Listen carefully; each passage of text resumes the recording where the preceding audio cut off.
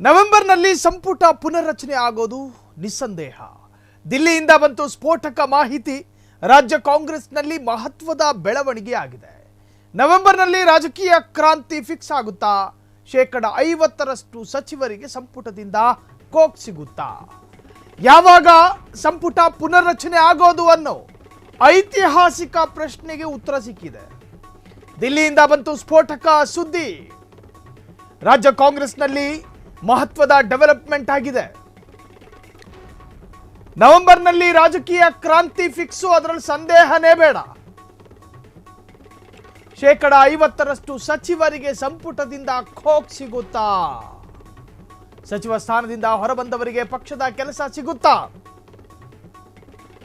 ಹೊಸಬರಿಗೆ ರಾಜ್ಯ ಸಂಪುಟದಲ್ಲಿ ಅವಕಾಶ ಸಿಗುತ್ತಾ? ಇದು ಫ್ರೀಡಂ ಟಿವಿಯ ಬಿಗ್ಗೆಸ್ಟ್ ಎಕ್ಸ್ಕ್ಲೂಸಿವ್ ಆದಂತಹ ಸ್ಟೋರಿ. ಯಾವಾಗ ಪುನರ್ರಚನೆಯಾಗೋದು? ಸಿದ್ದರಾಮಯ್ಯರಿಂದ ಹೈಕಮಾಂಡ್ ನಾಯಕರು ಒಂದು ಸ್ಫೋಟಕ ಸುದ್ದಿಯೊಂದನ್ನು ಕೊಟ್ಟಿದ್ದಾರೆ. ಸಂಪುಟ ಪುನರ್ರಚನೆ ಆಗಲೇಬೇಕು ನವೆಂಬರ್ ತಿಂಗಳಲ್ಲಿ. KN ರಾಜಣ್ಣ ಹೇಳಿದಂತೆ ನವೆಂಬರ್ ತಿಂಗಳಲ್ಲೇ ಕ್ರಾಂತಿ ಶುರುವಾಗುತ್ತಾ?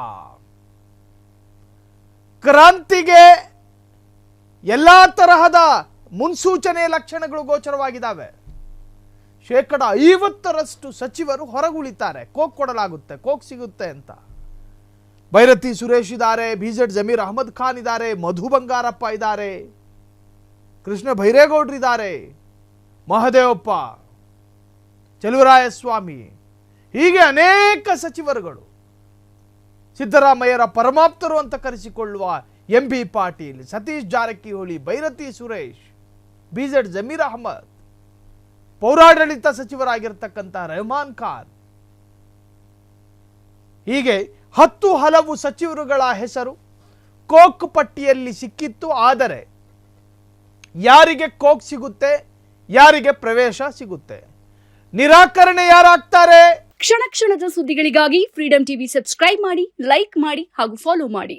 ಹೊಸ ಸುದ್ದಿಗಳ ನೋಟಿಫಿಕೇಶನ್ಗಾಗಿ ಬೆಲ್ ಐಕಾನ್ ಮೇಲೆ ಕ್ಲಿಕ್ ಮಾಡಿ.